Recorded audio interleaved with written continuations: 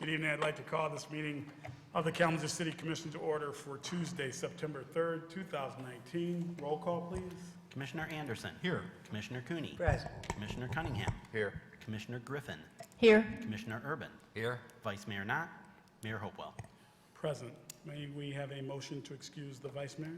So moved. Moved by Commissioner Cunningham. Support. Supported by Commissioner Anderson. All in favor, aye. Aye. Opposed? Motion carried. For our opening ceremony this evening, we will have an invocation by Reverend David W. Zomer of Bethany Reformed Church. I ask that you stand for the invocation and remain standing for the Pledge of Allegiance. Good evening, Reverend. Good evening, sir. Thank you for having me here tonight. It's an honor. Let's pray. Dear Lord, I ask your blessing upon each one of these brothers and sisters here tonight. Thank you for their honesty and integrity. And thank you for the blessings you've given us in being able to live in Kalamazoo. We are here to serve the people, and we ask your blessing upon that. In Christ we pray. Amen. Amen. I pledge allegiance to the flag of the United States of America and to the republic for which it stands, one nation, under God, indivisible, with liberty and justice for all.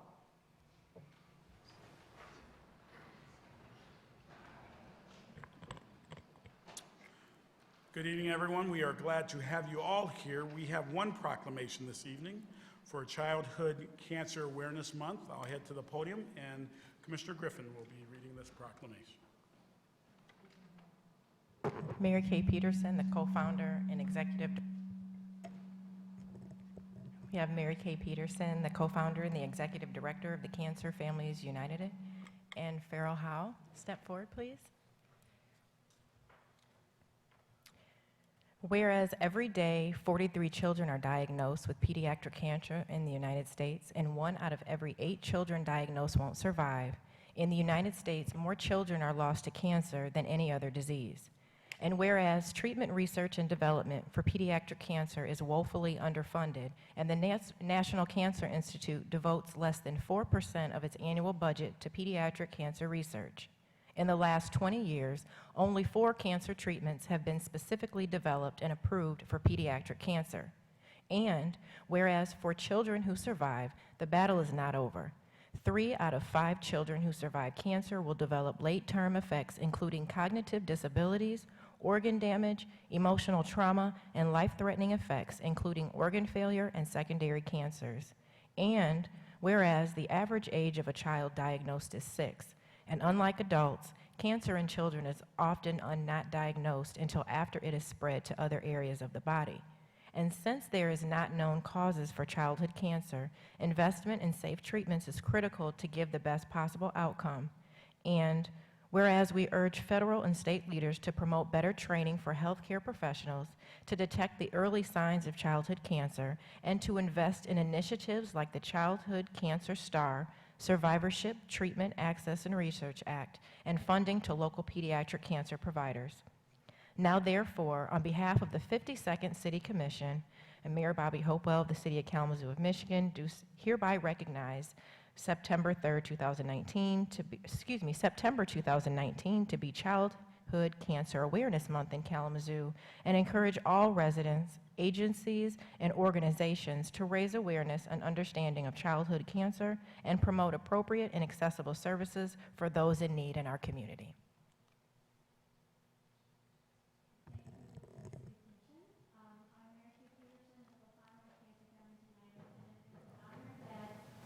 Our City of Kalamazoo is recognizing Childhood Cancer Awareness Month. As you can hear from the proclamation, thank you. As you can hear from the proclamation, childhood cancer has been grossly underfunded in the past years, and the cure rate is still at 0% for several cancers who are diagnosed. And even though there is great progress and there are great high percentages in the cure of some cancers, many children will never see a cure. And so it is because of awareness and advocates like myself and others that keep the hope alive, that by raising awareness, we will increase the cure rate so that every child that gets cancer will get a cure. Thank you. Thank you so much, Mayor. Appreciate it.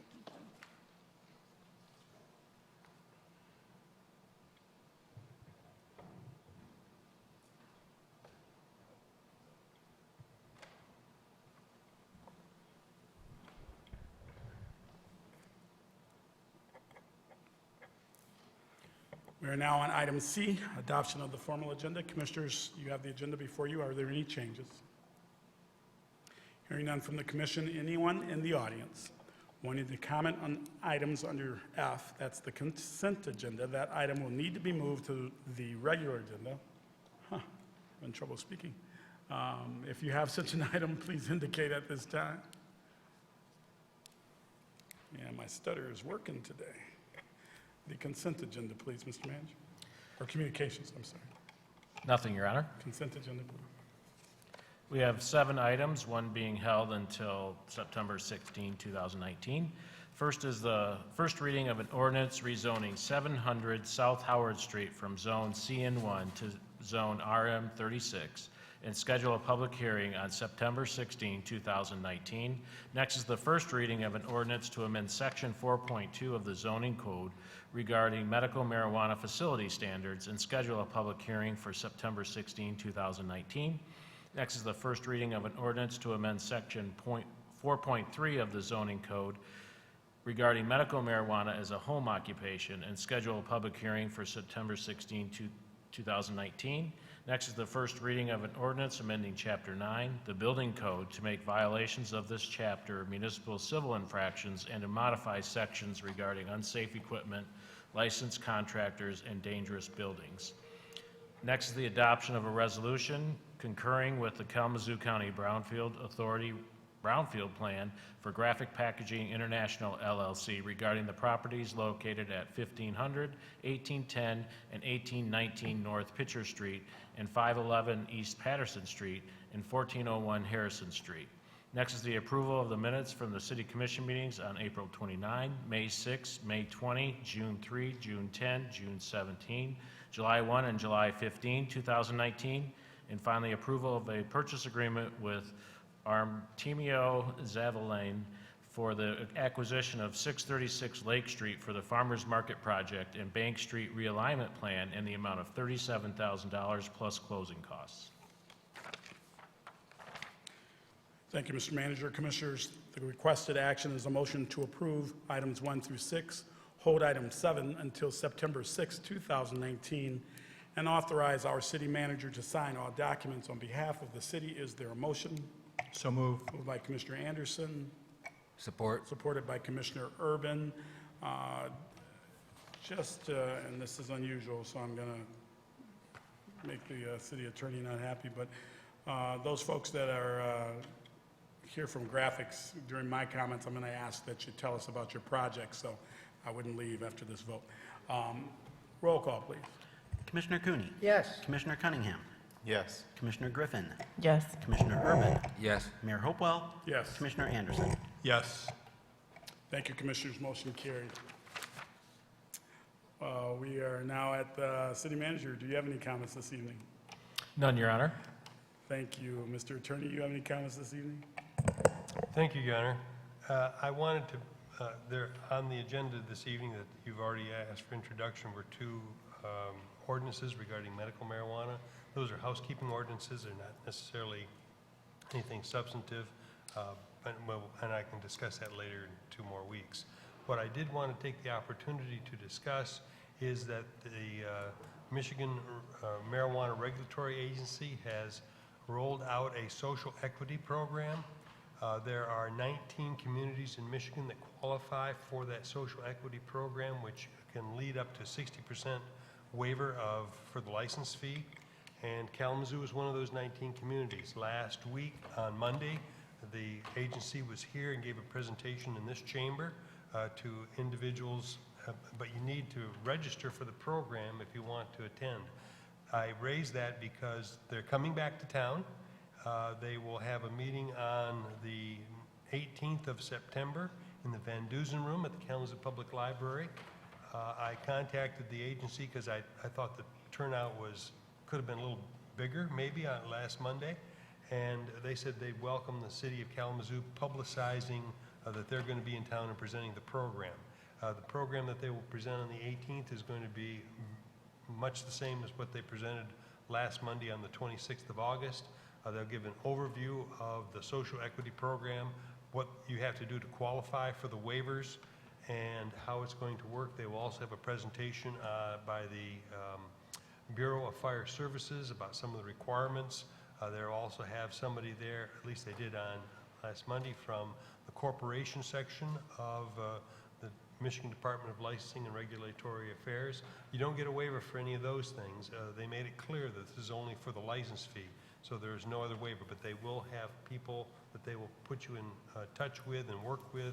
The idea here is for those folks who are not very well capitalized, for them to take advantage of this opportunity, and to, so that you don't need to spend a lot of money on legal fees and other things in order to get through the system and to apply for a license. So again, that is September the 18th. It's a Wednesday at 10 o'clock in the morning. The program here in this chamber ran about 2 hours, and you have to register by going to the Michigan Department of Licensing and Regulatory Affairs and the Marijuana Regulatory Agency webpage on that website, and you can then register. And you have to, and there's a limited number, so when it's sold out, if you will, you can't register any longer. So I just wanted to publicize that opportunity. Thank you. Thank you, Mr. Attorney. Questions for the attorney? Mr. Clerk, you have a report this evening? No, sir. Thank you. We are now at citizens' comments. You may comment on anything this evening. Please step forward, give us your name, and whether you live within our city. Good evening, sir. Good evening, City Commissioner. Good evening, people in the audience. I support the coming of practically unsupervised use of marijuana. Sir, we need your name and whether you live Oh, in our I'm city. Nehemiah Scudder, and you know my name very well, Bobby. And I live at 345 North Burdick still, which is the Rickland House. And I believe that many of my friends will be using marijuana, and I should hope that the police will not dragoon them into trouble because of it. It's true, I understand that marijuana cigarettes have 3 to 4 times as much tar, which causes the cancer, than ordinary cigarettes. But as far as cars are concerned, sports cars are more dangerous than a Ford. But we license all cars about equally, and we should license all smoking equally. And eventually this might include the so-called blunts that are spiked with heroin, because many of our people use them. They don't get into too much trouble because of it. And actually, a lot of the laws that govern various forms of so-called narcotics are ridiculous and ought to be done away with. Thank you. Thank you. Anyone else?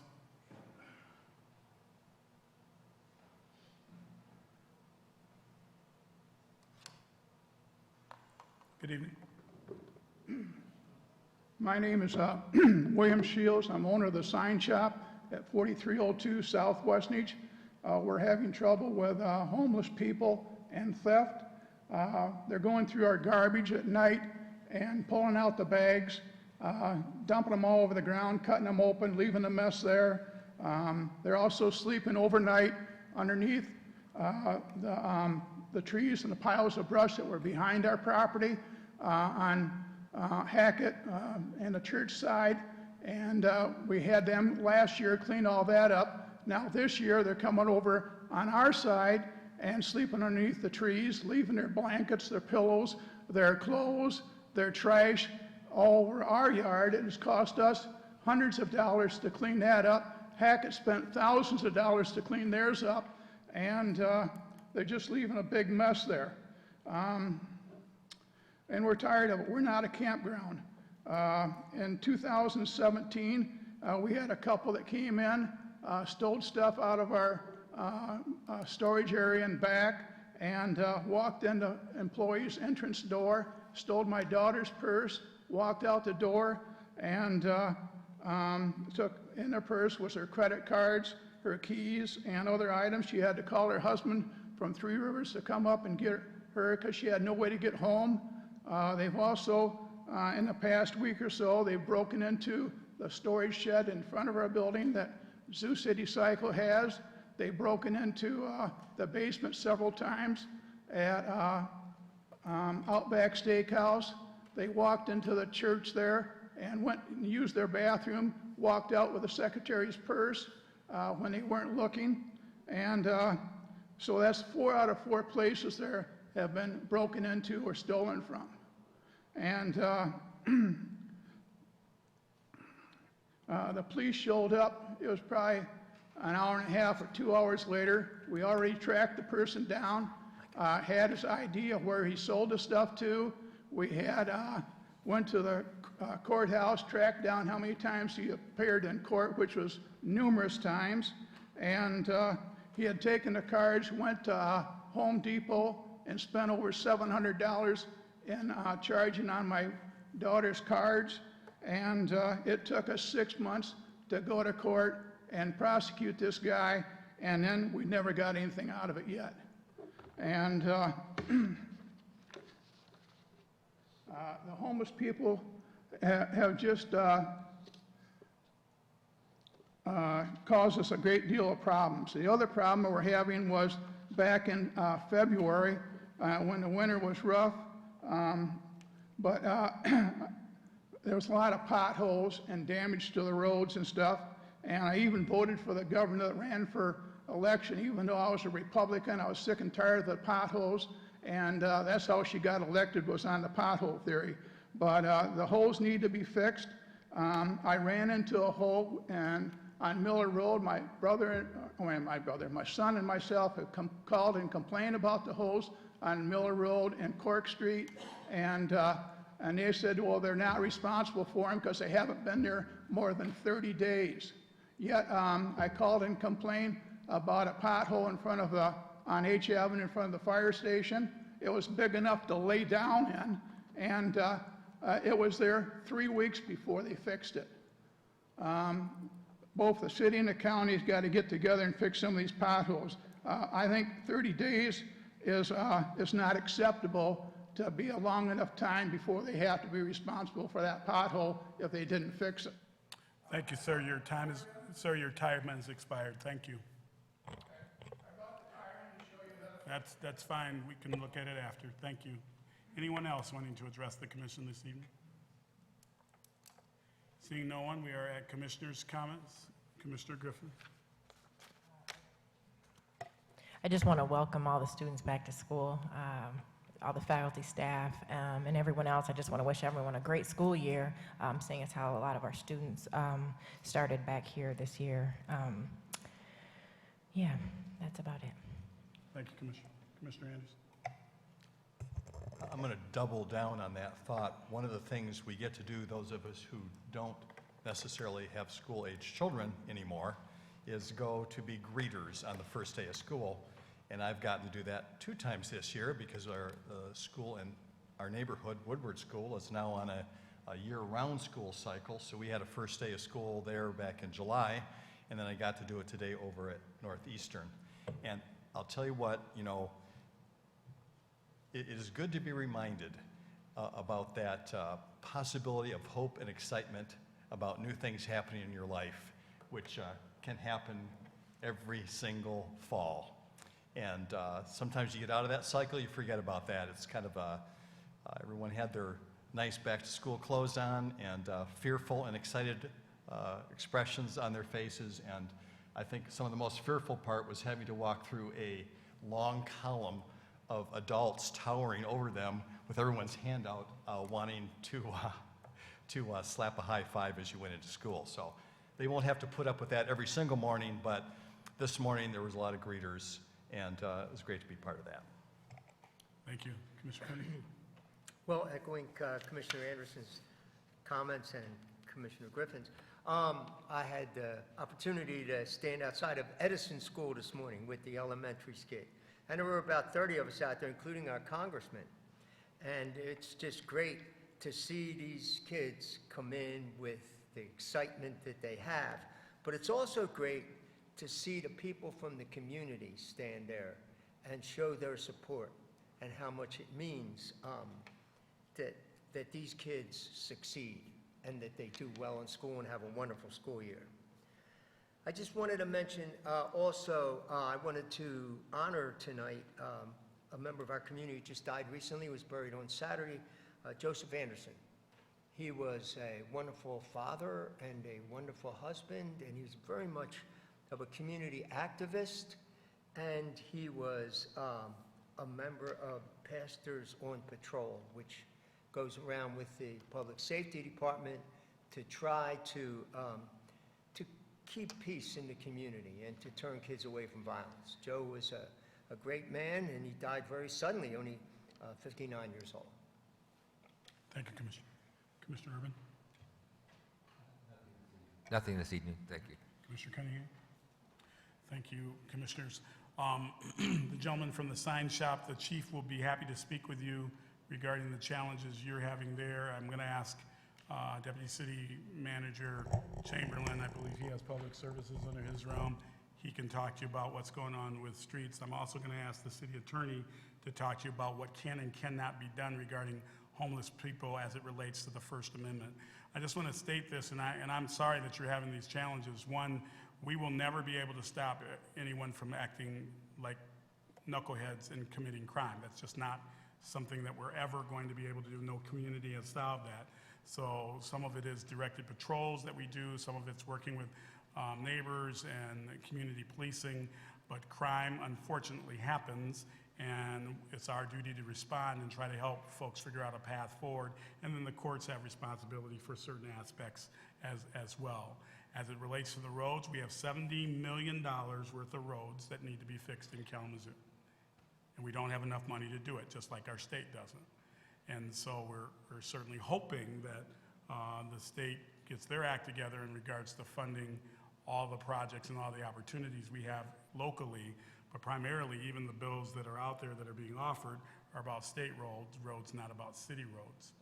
We're in Michigan, and unfortunately, the challenge is huge, and it is the issue of not just the issue of our time. We have multiple issues of our time, but infrastructure and roads and pipes and water. I mean, we have wooden water pipes still on the ground. We have 100-year-old pipes. This is the challenge of being in an old urban core city, and it's not going to get any simpler, but we're working. We've accelerated our road construction with the Foundation for Excellence and reconstruction, but believe me, not every street is going to be hit. It's just not going to happen, but we've escalated. We've improved the number of miles that we're paving and constructing and reconstructing, and we will continue to do that. As you see a pothole, report it.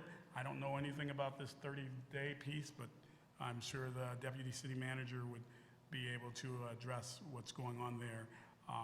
You know, these are the same people that plow the roads, are the same people that fix the roads and pave new roads and remove lead pipe. It's all the same. And we have lots of projects, lots of potholes, lots of roads to go around. And, you know, if someone's not going to get a pothole filled. I don't know what else to tell you, because there aren't enough people to go around to do this anywhere in the state, and we're having skilled labor problems just getting enough people to want to do these jobs. So this is a cascading issue beyond Kalamazoo and what's going on here. I'm going to ask that the graphic packaging folks, if you would come forward, if you're willing, you don't have to, and tell us about what you are doing with your project and what you are planning to do within this community. I would have pulled this off the consent agenda, but I forgot. So would love to hear that. You can have your turn. Good evening. My name is Mike Farrell. I'm the Executive Vice President for Graphic Packaging of our Mill Division. Hi, I'm Andy Johnson. I'm in charge of government affairs and sustainability at graphic packaging. Joe Augustinelli with Southwest Michigan First, just here for moral support. So the project we're proposing for Kalamazoo, just north of our existing mill, is to build a new 500,000 ton per year paper machine and the associated infrastructure that goes with that.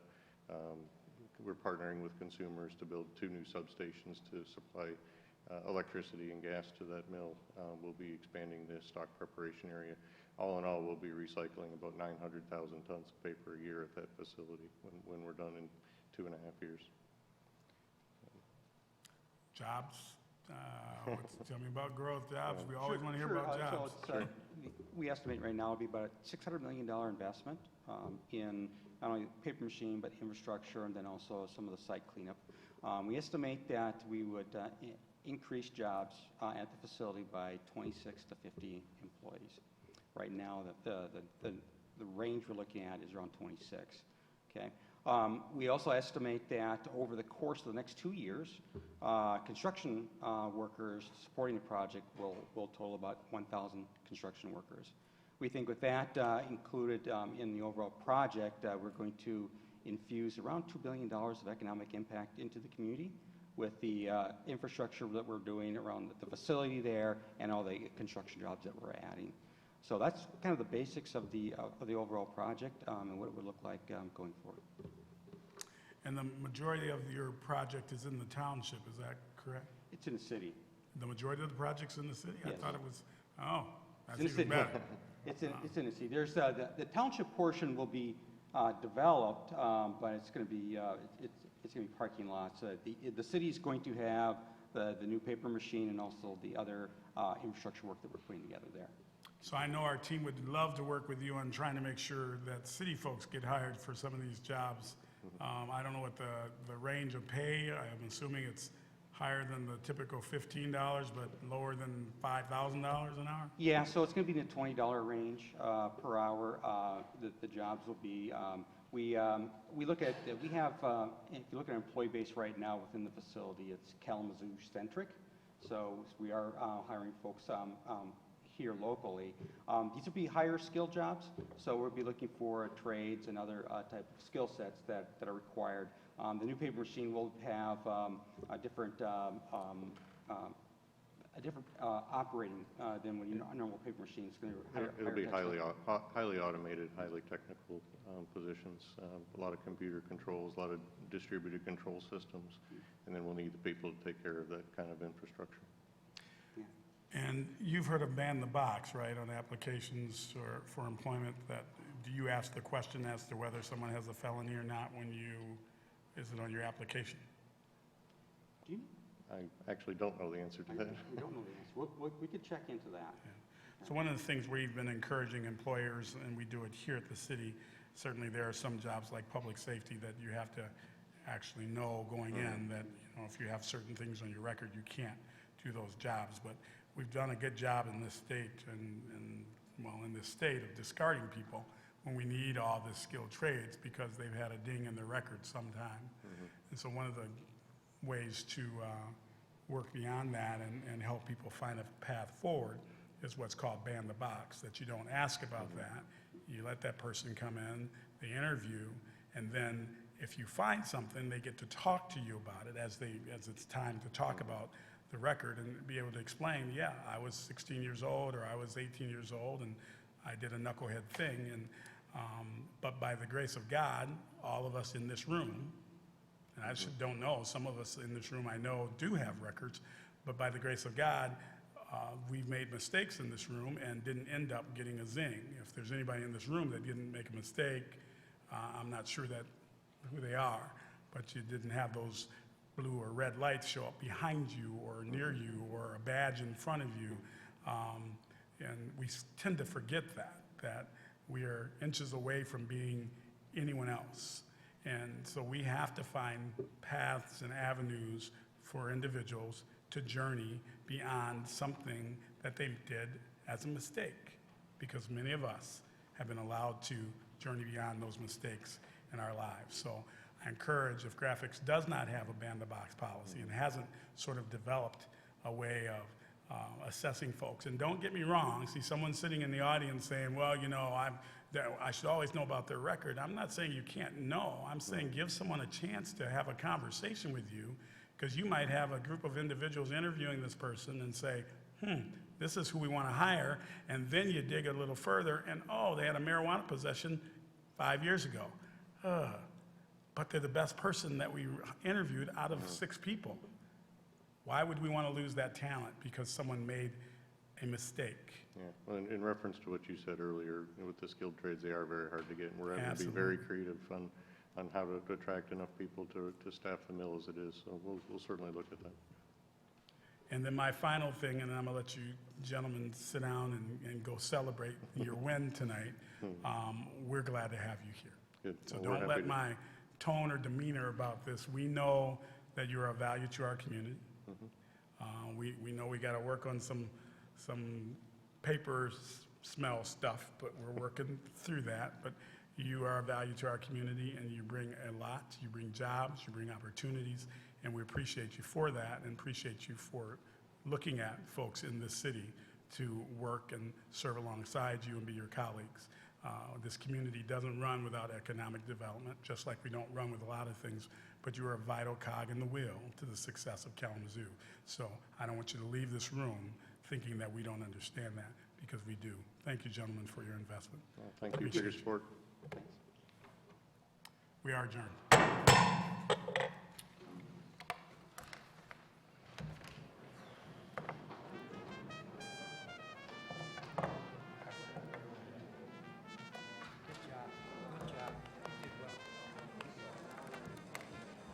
went and banged on the microphone.